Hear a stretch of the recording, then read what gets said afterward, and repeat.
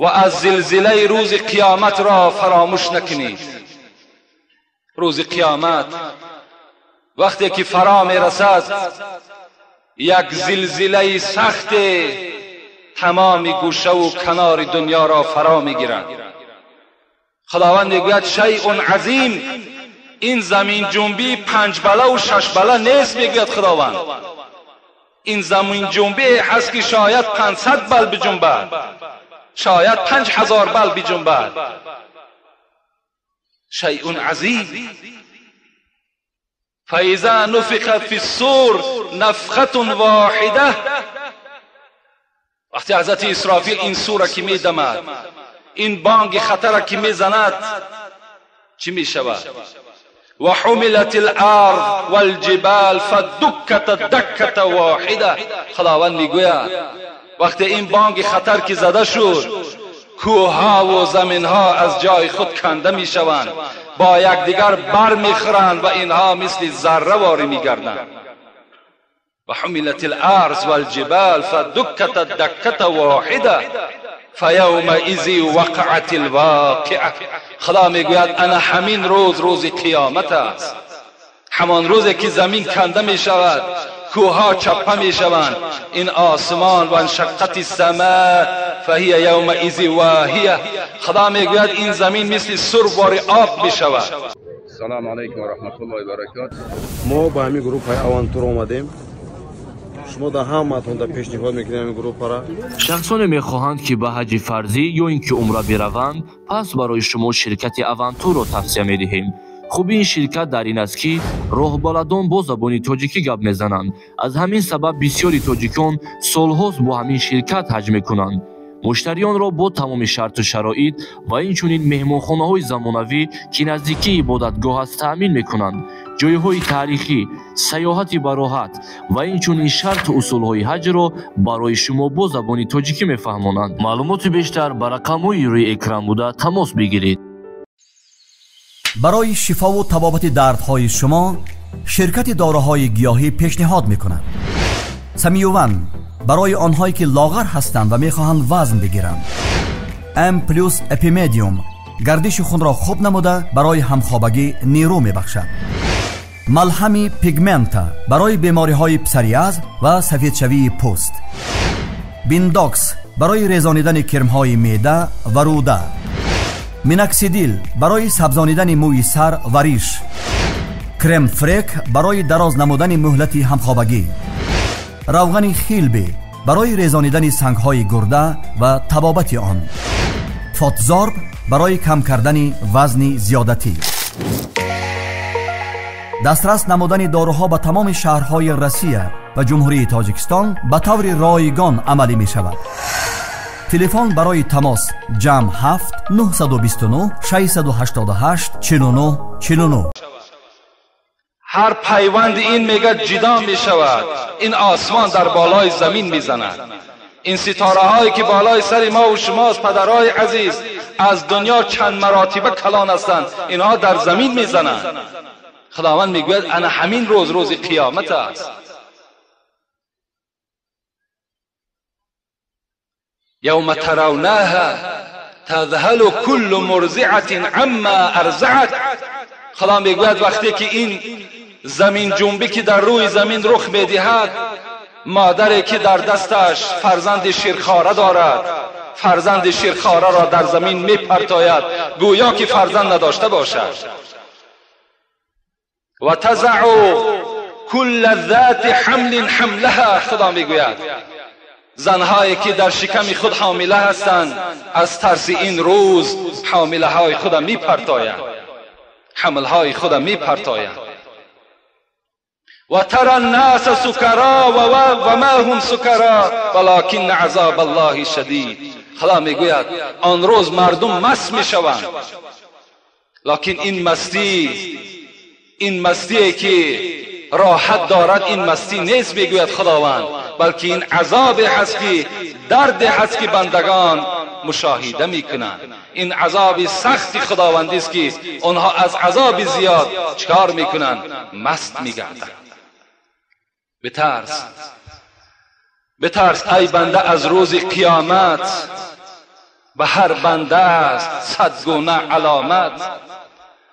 قدی نیزه فراید قرص خورشید، بلرزد انس و جین از وهم چون بید. به نفسی خود شود هر کس گرفتار، غم جان میخورد فارغ ز اغیار. برادرها گریزند از برادر، پسرها در فرار آیند ز مادر. گریزد از پدر فرزند شیرین، عمارت کن به زودی خانه دین. گریزد زن ز مرد و مرد از زن، گریزد زن ز مرد و مرد از زن. ز وهمی روزی سختی تا به گلخن. حضرت مولوی هم میگوید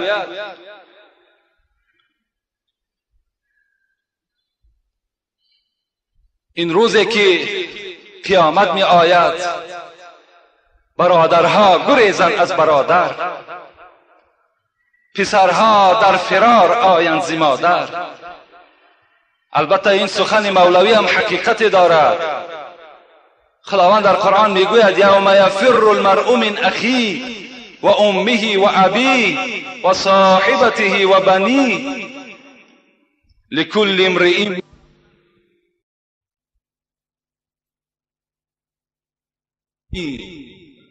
وجوه یومئذ مسفره ضاحکة مستبشره و وجوه یومئذ علیها غبره ترهقها قتره اولئک هم الکفرة الفجره.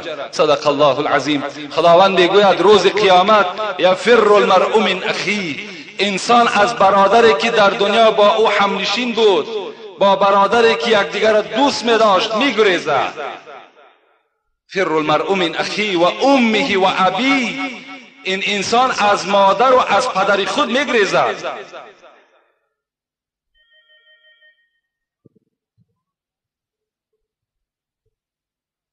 و امه و ابیه و صاحبته و بنیه، انسان از زن خود میگریزد، از فرزندهای خود میگریزد. برای چی میگریزد؟ سوال به میان میاد برای چی میگریزند؟ لکل امرئ یومئذ شأن یغنی، زیرا که آن روز خداوند میگوید یک روزی هست، یک روزی هست که همه در یک امر مشغول هستند. حضرت عایشه صدیقه رسول اکرم میگوید روز پیغمبر خدا گفتند یحشر الناس یوم القیامت عفاتا عراتا غرلا. عایشه گفتند خداوند روز قیامت وقتی انسان از زنده میگرداند و به محشرگاه حاضرش میگرداند، حالتی که لباس ندارد، حالتی که پایهای لوچ است و غرلا و مردها ختنه ناکرده شده اند. عایشه صدیقه میگوید یا رسول الله النساء و الرجال جمیعا ینظر بعضهم الی بعض. پیغمبر خدا روز قیامت مردها و زنها یک جا هستند؟ بله عایشه، روز قیامت زنها و مردها یک جا هستند. پیغمبر خدا در حالتی که یکدیگر لوچ هستند آیا نظر به سوی یکدیگر نمیکنند؟ پیغمبر خدا چی گفتند؟ عایشه الامر اشد من ان ینظر بعضهم الی بعض. آن روز گفت چنان روزی هست عایشه که دیگر در پهلوت مادرت باشه نظرش نمیکنی، در پهلوت پدرت باشه نظرش نمیکنی. گفت آن روز همه دیدگاه شما به سوی آسمان است. فرمان خدا چی می آید؟ از دوزخ می آید فرمان تو از بهشت. آن روز فرمان این است. گفت آن روز خاطر شما گفت به اون طرف حواله هست، گفت به سوی پهلوی که در پهلوی توست به این نی. گفت پیغمبر خدا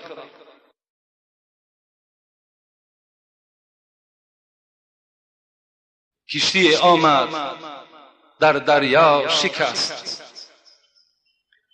کشتی آمد در دریا شکست، تخته ایزان بالا بر بالا نشست. گربه و موش بران تخته بمان، کارشان با یکدیگر پخته بمان. نیز گربه موش را راهی گریز، نیزیموش آن گربه را چنگال تیز، هر دوشان از حول دریای عجب، در تحیر باز مانده خشک و لب. در قیامت این چنین غوغا بود، یعنی آنجا نه تو و نه ما بود. حضرت صاحب تفسیر حسینی میگوید قیامت میگه منظرش همین است، میگه مثل یک گربه و یک موشه که در بالای یک تخته هستند.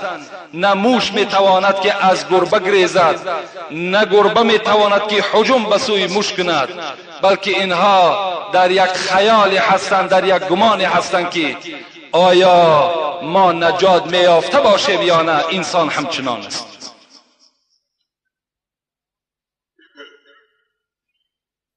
ولا يسأل حمیم حمیما یبصرونهم یود المجرم لو یفتدی من عذاب یومئذ ببنی.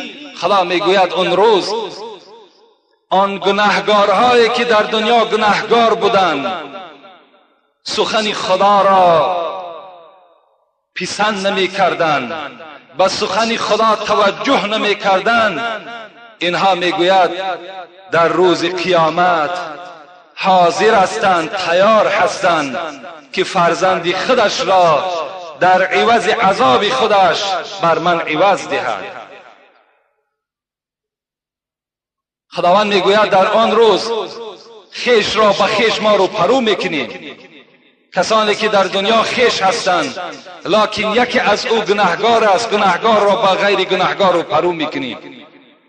و انسان گناهگار میگوید خداوند لو یفتدی من عذاب یومئذ ببنی، تیار است که فرزندش پیش کند در عذاب خودش خلاص یابد. میگوید خداوند، خدایا میگوید همین فرزندی مرا عذاب کن و مرا عذاب نکن.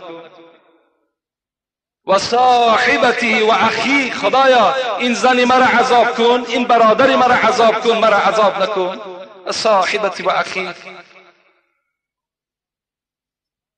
خدایا تمام این مردمی که در روی دنیا است، خواه اینس است خواه جین است، خدایا اینها را عذاب کن، مرا عذاب نکن. لیکن خداوند چی میگفت است؟ کلا انها لظا نزعت للشوى تدعو من ادبر و تولا. نه، همچنان خیال نیست. گفت امروز گفت این دوزخی من شعله‌ور است. نزعت للشوى، این دوزخی هست که پوست سر تو را میکشد. گفت خداوند مجرم گناهگار خود عذاب میکشد. فرزندی او صالح باشد، فرزندی او عذاب نمیکشد. مادری او صالح باشد، مادری او عذاب نمیکشد. بلکه شخصی گناهگار در نزد خدا البته به البته جوابگر میشود، جواب میدهد. این است آن لحظه یک لحظه عهدی که از این روز قیامت برای شما خبر دادیم. روز قیامت در روایت ها می آید اولین شخصی که زنده می گردد بعد این قدر واقعی مدهش و بعد این قدر که دنیا همه راست می شود، جای کج در روی دنیا دیگر نمی ماند. آن روز اولین شخصی که زنده می گردد این محمد صلی الله علیه و آله و سلم است. رسول اکرم در حدیث های مبارک می گوید انا سید ولد آدم ولا فخر، من رئیس فرزند آدم هستم لکن به این افتخار نمی کنم. انا اول من تنشق الارض یوم القیامت ولا فخر، من چنین شخصی هستم که اولین قبری که در روز قیامت کشاده می شود این قبر من است. ولا فخر، من بر این افتخار نمی کنم. و انا اول شافعین و اول مشفعین، اولین شخصی که شفاعت کرده می شود این من هستم و اولین شخصی که امتی خود شفاعت میکند این من هستم. به این افتخار نمی کنم. ولواء الحمد بید یوم القیامت ولا فخر، بیرق شفاعتم در روز قیامت در دست من است، من فخر نمی کنم. هذا من نعمت من نعمت الله. پیغمبر خدا میگه این نعمت هایی هستند که خدا بر من این را داده است، من به اینها فخر نمی کنم. آن روز چگونه روز است؟ وقتی اسرافیل زنده است، میکائیل زنده است، اسرافیل زنده است، عزرائیل زنده است، این 4 ملائک مقرب همگی زنده هستند. وقتی اینها را خداوند که زنده میگرداند و در دست یکی از اینها لباس اهل جنتی ها را میدهد، در دست یکی از اینها آب میدهد، در دست یکی از این ملائکه ها کفش را میدهد، در دست یکی از این ملائک تاج را از جنت میدهد و به این ملائکه ها فرمان میشود. چی فرمان میشود؟ به نزد تربت حبیب من روید، به نزد قبر حبیب من روید و اولین شخص را که زنده میگردانید این محمد صلی الله علیه و سلم، وی را زنده بگردانید. این را حضرت مولوی هم در نظم در آوردن. میخواهم این نظم را به شما قرائت کنم که آیان بر سر قبر محمد فرستاده صلوات های بی حد. این 4 ملائک مقرب به نزد قبر پیغمبر خدا می آیند. چگونه که ما و شما خانه یک دوستی خود میریم، در را تک تک میکنیم، قبر پیغمبر خدا تک تک زده می شود با صلوات های زیاده. اللهم صل علی محمد. قبر پیغمبر خدا تک تک کرده می شود. ملک ها قم به اذن الله گویند، عبیر از روضه پاکش بجویند. نزد قبر می آیند، بعد صلوات هایی که می خوانند بر محمد می گویند قم به اذن الله، ای حبیب خدا از جای خود خیز. شود شک تربتی سرور هماندم، برایت زود خورشید دو عالم. حضرت مولوی میگوید وقتی قم به اذن الله میگویند خیز از جای حبیب خدا، این قبر میگه بالاش کشاده میشود و این آفتابی که هر دو جهان را روشنی میکند از داخل قبر بیرون میشود.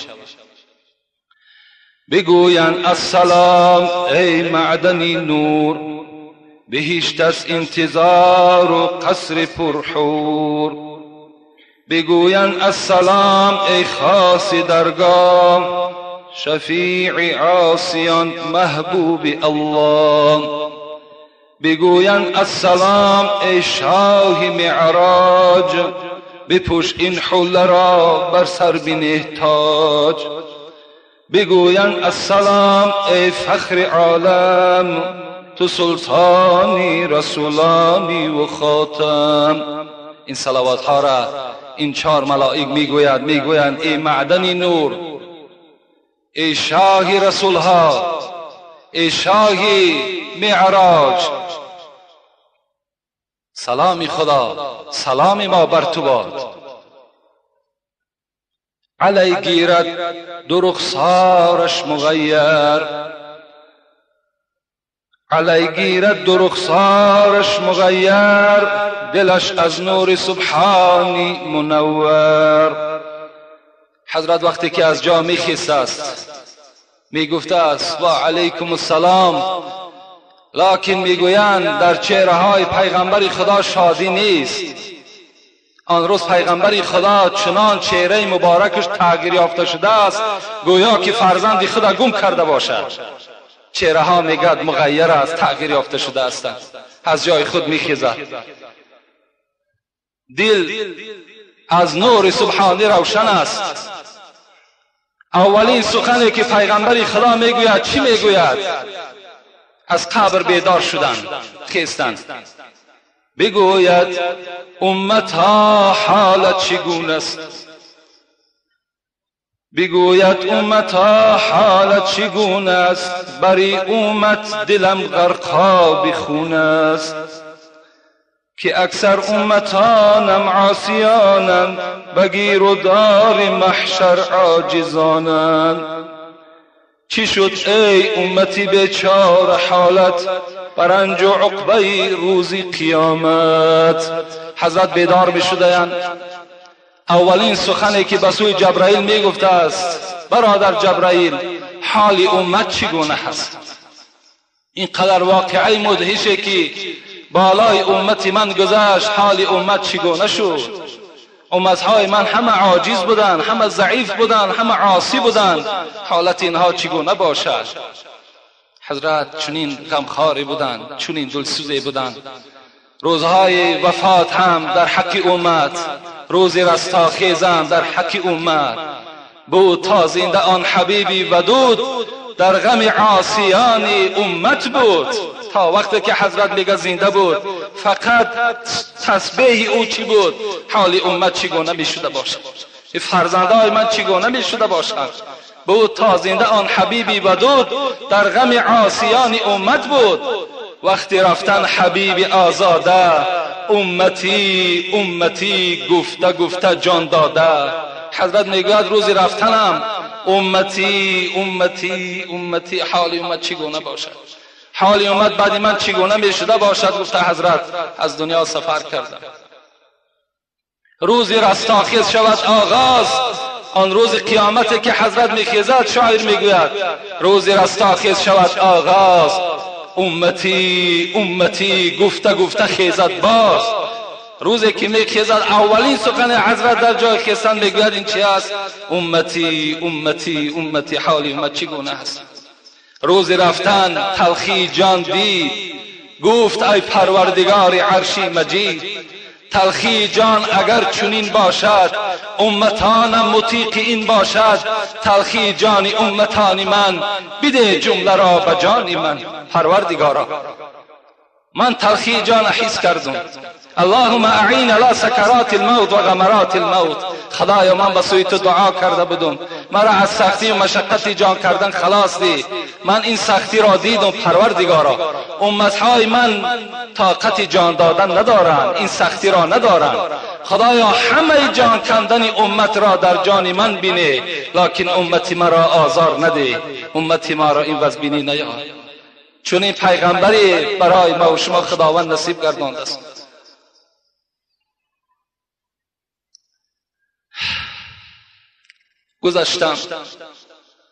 گذشتم از پدر از مادری خود از بری امت.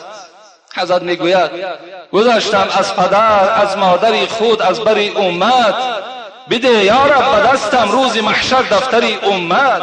خدایا روز محشر خیلی روزی دشوار است، روی خط تمام امت من از تو طلب دارم. پروردگار روی خط اینها را در دست من بده.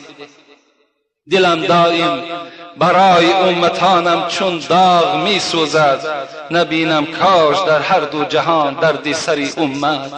پروردگارا هیچگاه نمیخوام درد سری امت را بینم، هیچگاه نمیخوام که در دیده امتم آب چشم را خواه در دنیا و خواه در قیامت از عذاب و شکنجه ببینم. پروردگارا این گونه دعاهای مبارک از رسول اکرم در حق امت میشد. وقتی این سخن را میگوید بگوید جبرائیل ای دوست وهاب. وقتی این رسول اکرم که از حال امتش میپرسیده است، به سوی جبرائیل از حالت امت که میپرسیده است، جبرائیل چی میگفته است؟ بگوید جبرائیل ای دوست وهاب، هنوز است امتان جمله در خواب. ای امت، ای محمد صلی الله علیه و سلم، اولین شخصی که زنده شد این تو هستی. تمام امتان تو الحال در خواب هستند، هیچ کس بیدار نیست. به جز ذات تو دیگر کسی زنده نشده است.